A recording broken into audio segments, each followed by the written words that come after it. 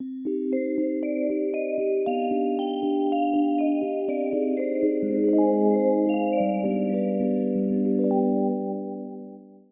to another Woohoo Wednesday. I'm Little Woo, and I'm here to address another life question that I've received. This week's question is, how to deal with self-destructive tendencies. Well, self-destruction can look different for each person, so I'm just going to give a very basic definition that will hopefully help you recognize the signs. Self-destruction can be any behavior, habit, or action that you're taking that is harmful to your well-being in some way. So if you're doing something that's harmful to your body, to your home, to your livelihood, to your relationships, or to your environment, that can be seen as self-destructive.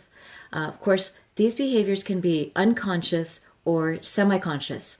So unconscious destructive behaviors include things that you're not aware of that are harmful. You have no idea that it's actually hurting you. Or there might be things that you're just not familiar with. So it could be that the world is not yet familiar with the dangers of this particular type of action. Or it's something that you've come to believe is safe, but is actually not safe to be doing. Now, then there's the semi-conscious behaviors that are destructive. And I say semi-conscious because when you are watching yourself do these things and it feels like you're conscious of harm that's being done, you might find that you're still compelled by some unconscious motivation or energy that's driving you to keep doing it, or driving you to the point where you feel like you can't stop the behavior. So whether it's an addiction or some other behavior that is not helpful to you, but you feel like just compelled, then that's semi-conscious, because there's this an emotional or unconscious trigger that's driving you. Now, the reason why, and this is going to be a little bit maybe surprising for some people to hear, the reason why we engage in self-destructive behaviors is because of survival mode. Now, that might sound completely counterintuitive. It might not make sense at first, but let me explain a little bit more. Well, you might ask, why would anyone do something that's harmful if it's supposed to be for survival reasons? First of all, survival mode is triggered when you perceive some kind of threat or danger in your life. And of course, in this spirit, in this age, we are all engaged in social media and news, and we see all kinds of things that are going on that's being shared with us, and we feel that sometimes that threat of what's going on. And so a lot of people get triggered into survival mode. And this mode is basically when we perceive a threat, and it could be in the now, so it could be present right now, or it could be imminent. It could be something that is perceived as coming to us soon, or it could be perceived as a consistent, prevalent threat. And that's obviously one of the results of fighting a terrorism kind of mindset, is that it's just a state of constant terror, a constant threat. And that's what's generated by a lot of the political and economic news. So when we're in survival mode, what we're going to do is we're going to react by trying to take action that's going to either minimize pain and suffering or maximize your safety and ability to survive. So if you feel that you're in survival mode, you'll notice 3 types of reactions: defend, attack, or escape. Those are 3 very common reactions. Those are the action statements. And so when we're in defense mode, then we'll say, how would self-destruction be a form of defense? Well, if you start engaging in self-deprecation or self-humiliation, examples are, insulting yourself. That's a form of self-destructive behavior that can be very gentle and playful, but at the heart of it, it can be for protective reasons. We might become a bit of a clown and do that so that no one takes us seriously, so that we're not seen as a threat.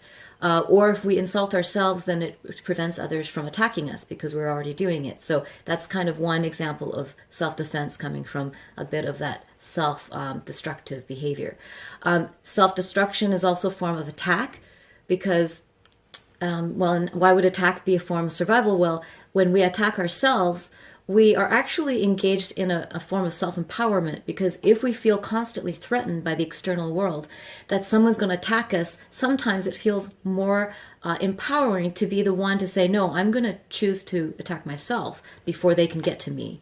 And now that sounds, again, very strange, and it might not make sense at first. Think about how we tend to self-sabotage ourselves in relationships or at work, if we have any fear that others are out to get us. So if you don't trust your partner or you don't trust your colleagues, then you might actually start engaging in very self-destructive behaviors in order to get fired or in order to quit, so that you have been the chooser of your own downfall. So we tend to like to be in control, even of our own self-destruction.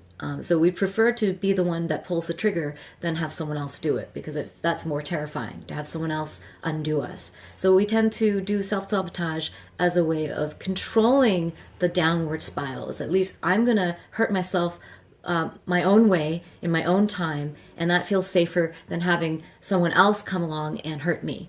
And so that's how that attack comes in, how that is actually a form of survival. Now, the last one is escape. How would self-destruction be a form of escape? Well, ultimately, self-destructive acts are a form of subconscious death wish. So if you are engaged in any harmful behaviors, there's some part of you that might be wanting to escape this reality by going closer towards death. And anyone who's ever been in that mode will understand what I'm talking about. Because when this world is perceived as a constant threat, sometimes the person might come to the conclusion that death is the only true escape from deep suffering and pain. And in order to escape, then you must start to degrade and erode the self. And so self-destructive behaviors are part of that pattern of going towards that door, that option. And it can feel strangely relieving and very reassuring to feel that, yes, there is a way out if this world is really that terrible.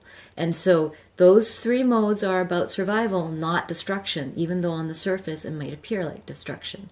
Now, I've gone into this deep analysis of what self-destruction really is, because what I want to give is three really concrete steps for you to take if you ever notice yourself or someone you care about going into self-destruction mode. First is by understanding that it is actually a survival mode, which means that you're actually just trying to reduce your pain and suffering and increase your ability to survive in some interesting way. Then you realize that, wow, what I really want is to reduce pain and to survive. And that this behavior is not actually about destruction. So first stage is to recognize that what you want is to actually help yourself. Even those behaviors are a form of survival. And to remove the judgment.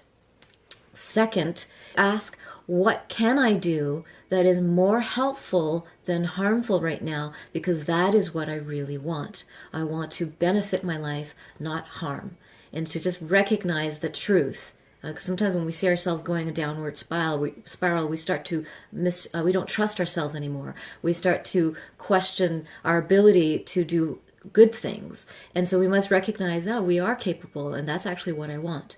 And then the third thing you can do is the very thing that you have been very disappointed by in this life, the thing that is threatened, so it's beyond just your safety. It's something that's really beautiful, a vision of life on this planet, a vision of your life on this planet that has been desecrated at some point. So think about what that vision actually was. What are you mourning the loss of? And then devote all the more effort to its creation, to make it real in this lifetime.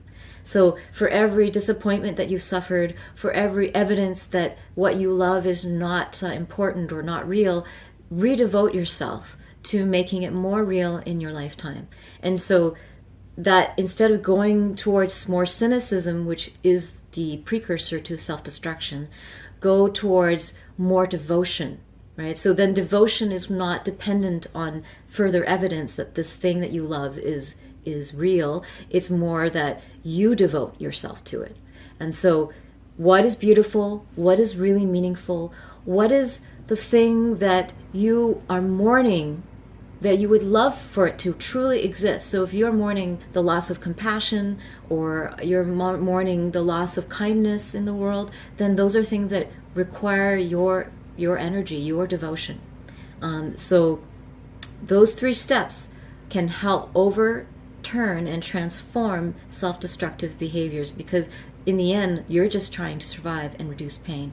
So here are some other ways to alleviate that pain that are more beneficial. I hope this has helped, and join me next week with another life question that I've received. I hope that you'll send me your questions whenever you have them, and you can email me at treasures@littlewoo.org. Also, I have a lot of past videos and articles about compassion and creativity, which is much needed on this planet and is very prevalent, and the more that we commit to it, the more real it becomes. So please check out those other videos and articles on my website, littlewoo.org. And if you feel it would help you to have a spiritual advisor or confidant to work with on your inner self, to grow yourself as a creative and compassionate human being, we are needed on this planet. Magical humans do exist, and at the heart of each person who's suffering is someone who is seeking healing and seeking reunion with their true self. So I'd be honored to work with you and help you on that journey if you should ever need some support. So please check out these Wednesday videos and stay tuned for more. Mwah.